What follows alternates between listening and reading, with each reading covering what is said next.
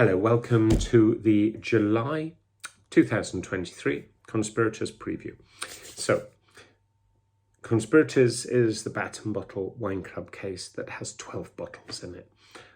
Typically, 4 wines, or 4 different wines, 3 bottles of each wine. And this time round, we're sending them out on July the 10th. They'll be delivered to you on the 11th or the 12th of July, unless you want a different delivery date. And the virtual wine tasting will be on Thursday the 13th of July. If you want the small bottle tastings, we do send them out for people you get it free with your first case. Otherwise, after that, you decide whether you like it or not, and you can either order them when you feel like it, or put them onto the direct debit, which of course we charge a bit less for, just because it takes away some of our administration, which is nice. So I'll talk to you about these wines. So we start with Cantina Sangro, these lovely labels. And Cantina Sangro Passarina is an Abruzzo wine, Terra di Chieti, so it's now an EGT wine. In the old days, oh, I hate phrases like that, but not that long ago, in the Abruzzo, there were basically 2 wines. There was Trebbiano d'Abruzzo and Montepulciano d'Abruzzo, one white, one red. Trebbiano was not as simple as it sounds. So Trebbiano contained all of the local grapes into that blend. So Passarina, Pecorino, Cocciola, probably a whole lot more local vines that I've never heard of before. But they were just smudged into one wine. And the Abruzzesi at that period, we're talking in the 80s and the 90s, were excited about the inclusion of Chardonnay and Sauvignon as single variety wines, even Pinot Grigio, but not Passarino or Pecorino. But times have changed, so now we're starting to see the local varieties like Pecorino, like Cocciola, like Passarina come out from under the banner of Trebbiano d'Abruzzo and be bottled as single varietal wines. Very exciting times. And Sangro, the cantina here, has a good number of these grapes.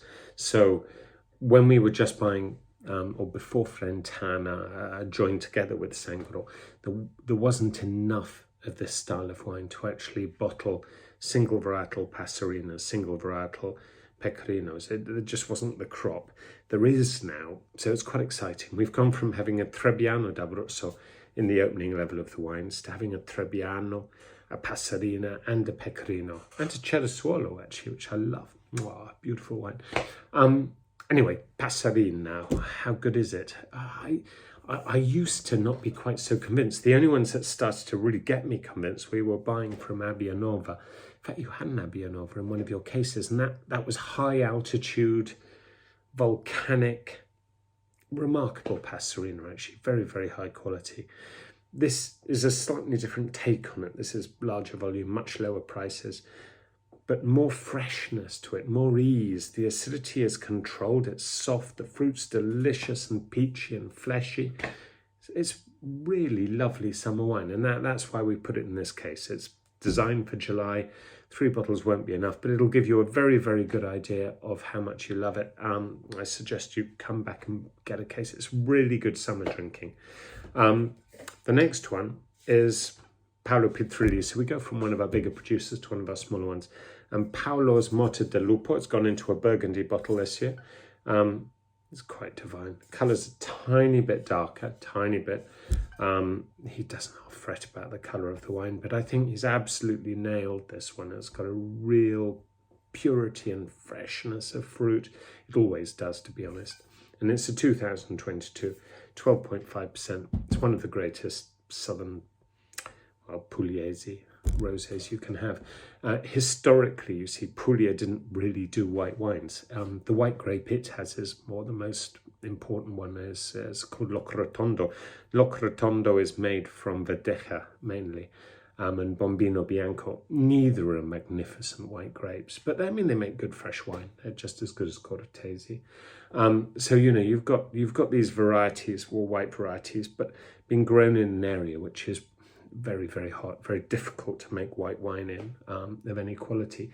So it's much more sensible to use your red grapes to make a great rosé. So, you know, if you go, again, going back 10 years, the Puglia was making some of the great and most famous rosés of Italy. Still not very famous on a global scale, but locally, extremely famous. You know, the Italians love the wines. That's where they go on holiday. It's a great place. It's lovely and fresh wine. Fantastic. This is one of the best. We've done really well with this one. I'm very excited. Again, after the wine club have had taken their wines, there's only 60 bottles left. So if there's any one wine that you're going to have a gamble with and buy more before we even ship it to you, this is the one. So snap it up. It's brilliant. Then we go to the first of the reds, Cala Bionda, House of the Blonde, Valpolicella. Bionda's moving into the top echelon, so they're one of the great Valpolicella producers now. They've moved everything into organics. They always were, but it's just moving into being fully registered. 2022 vintage, 12.5% alcohol. So still lovely and fresh. 2022, it just had so much colour. The skins had such ripeness to them. It's an extraordinary wine. It's quite fantastic. If you think of the rise of Valpolicella has risen. The rise of Beaujolais, people accepting that Gamay is quite a special wine, so a grape that can take on, if you like, certainly the lower levels of Pinot Noir. I think of Corvina in the same kind of stratosphere, except Corvina I think is a lot better than Gamay. You've got much finer fruit, but it's a bit different to Burgundy, but it does have those lovely, or Pinot Noir, it has those lovely silky tannins and a lovely freshness to it. Very easy to drink because the tannins are so smooth. Very easy wine to chill. The last of the red wines, I'm afraid I haven't got the bottle out of the bond yet. It has arrived. It's just sitting in the bonded warehouse. And it's from Sant'Agnese. And Paolo bottles hardly anything. He's a tiny producer. And this one's called Ubu. And it's worth buying just for the label. It's sort of angry animal with a crown on the label. But it's a Merlot that he's trying to make a wine that's just fresher, easier drinking. His idea of fresh and easy drinking is it's not always mine. I'd say it's got a lovely richness to it, and it's very, very stylish dinner party wine.